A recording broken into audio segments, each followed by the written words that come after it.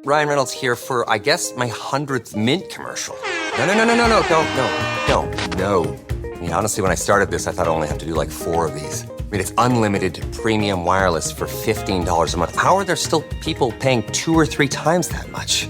I'm sorry, I shouldn't be victim blaming here. Give it a try at mintmobile.com/save. Whenever you're ready. $45 upfront payment equivalent to $15 per month. New customers on first 3-month plan only. Taxes and fees extra. Speed slower above 40 gigabytes. See details. Hello and welcome to Audiobook Connection, behind the scenes with the creative teams. I'm Becky Parker-Geist and I'm your host. Audiobook Connection is your place to learn about the audiobook creative process and for authors to learn valuable tips on producing and marketing your audiobooks. This podcast is sponsored by Pro Audio Voices, helping great stories come alive through audiobook production and marketing. Today we're going to talk about ISBNs. What are they? How many do you need? What are they for? How do you leverage them? So, first of all, what is an ISBN? If you've been working in publishing at all, you'll know, or you may know, it stands for International Standard Book Number. It is the way that books are tracked from a metadata perspective. And these are all handled through Bowker, Bowker, and the Bowker website is myidentifiers.com. So first of all, every book in whatever format needs at least one ISBN. How many it needs depends on how many different formats you have. So for to speak on a broader publishing level, if you have a print book that's in paperback, you need an ISBN for that format.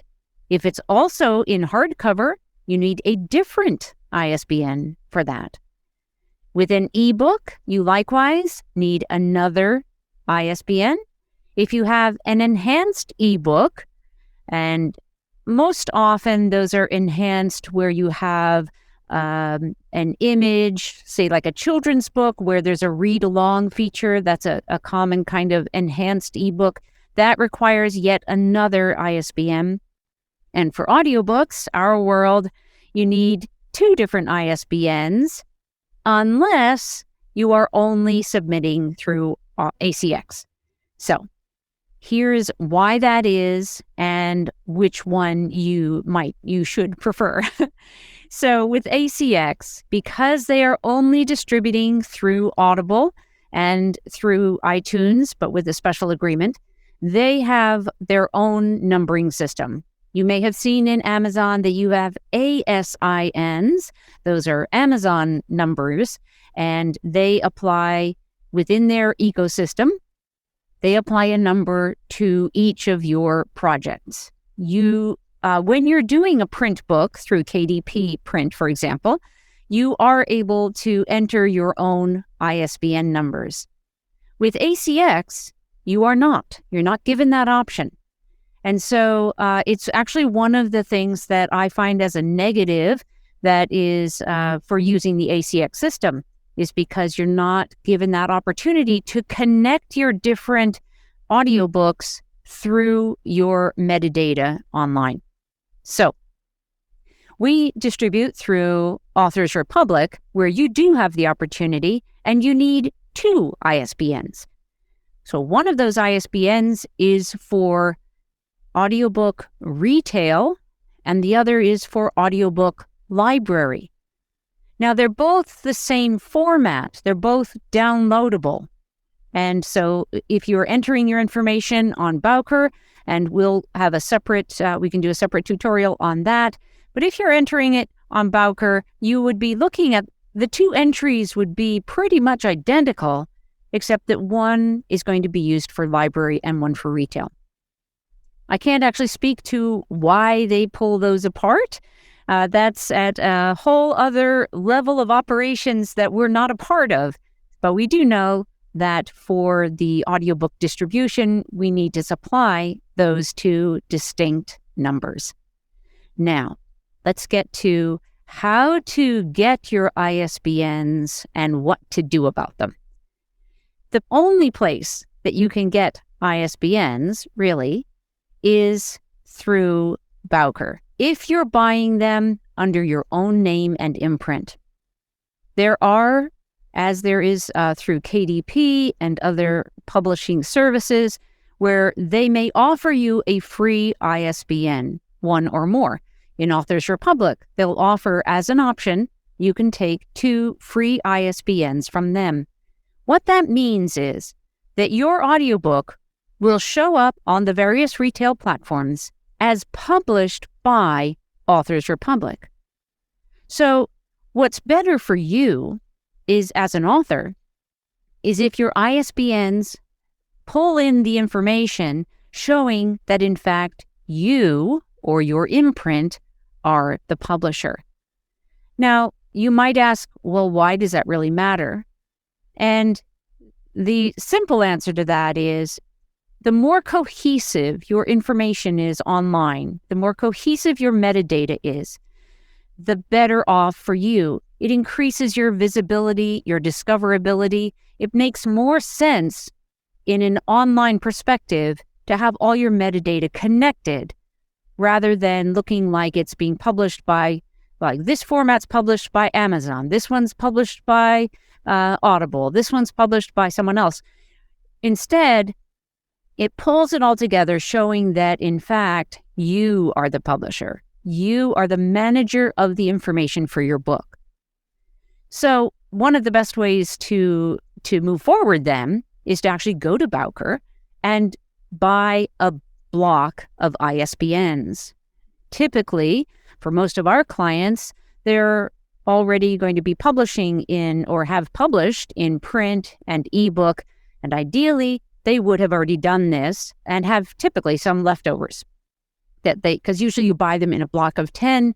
It's far more cost effective than buying them one at a time. Let's pause for a moment. We'll be right back. Frustrated by the royalty rates for your audiobook? Annoyed that when the digital distributors say 70%, they actually mean 70% of 50% or 80% of 70%, neither of which is an actual 70%.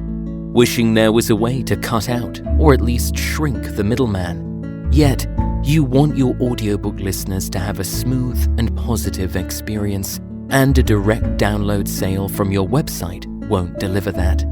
Pro Audio Voices hears you. Out of our commitment to our author clients, we've created Amplify, a program that provides an actual 65% royalties of the price you set, that gives you access to your customers' names and emails so you can reconnect with them, and keeps you in the driver's seat. Check it out at proaudiovoices.com in the marketing menu. Also, just to let you know, if you are a member of IBPA, Independent Book Publishers Association, there is quite a nice discount on your ISBNs and on several other publishing services, for that matter, if you are a member of that professional organization. It's a wonderful organization. I highly recommend it. So that's one way that you can get them. Once you have those numbers, then keep them in a nice organized place where you can find them, and you can track where they have been, which formats they have been assigned to. So, for example, in Bowker, at myidentifiers.com, you manage your ISBNs. When you go in there, you select the number that you're going to assign to your particular format. Let's say it's print, okay? You're going to assign that number to the paperback print edition, and now those two are connected permanently, right? These are numbers that can't be assigned to somebody else. They remain your property, your metadata. And on Bowker, you can go in and complete all the metadata information so that you have your book description, your bio, your cover image, lots of information that is available to you to enter in that system so that you can manage your ISBNs well. When it comes to audiobooks, you would be then again taking 2 of those numbers and assigning them to audiobook digital download. If, let's say, you decide you really want your audiobook as a CD set, you can do that, and there's a different format that you would need for that set of ISBNs, or for that format, not that set, but that format of your audiobook would then get its own unique ISBN, and you would enter it into Bowker accordingly. In this way, you can go in and you can update your metadata, you can manage it. These are all really good things to be able to do. And I'm not saying that you would go in and do that frequently. You might never even go back and modify that. But having the ability to do so when it makes sense to do so. Here's one of those kinds of moments when it might happen. Let's say that a particular phrase is very popular at the time in search engines. And then, back, let's say it's in the 90s, and you put a phrase in to describe your audiobook that everybody was searching on. And then that search term kind of wore out. It would be smart to go back into your ISBN account to manage your ISBNs for those particular titles and to update those words to better reflect the kind of searches that are happening on a regular basis. One of the things that this account or this management, this metadata is used for is, let's say we have audiobooksnow.com. That is an audiobook retailer, or audiobookstore.com. Retail channels for audiobooks will often pull their information from the information that is connected through Bowker.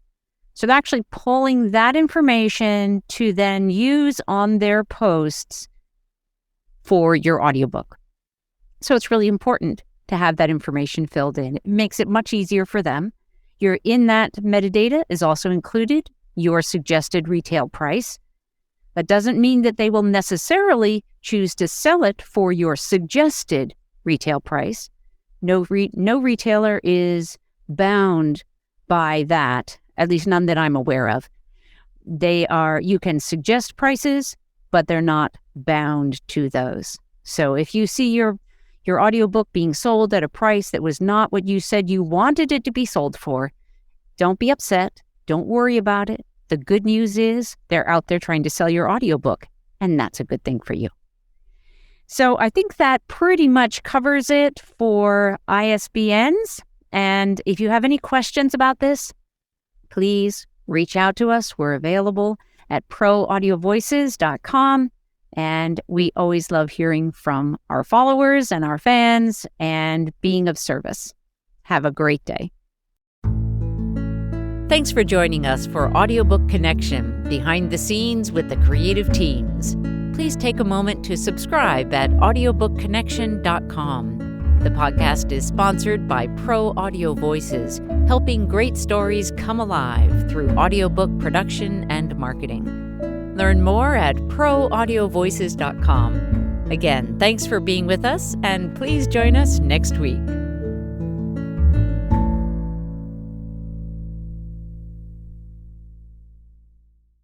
This podcast is a part of the C-Suite Radio Network. For more top business podcasts, visit c-suiteradio.com.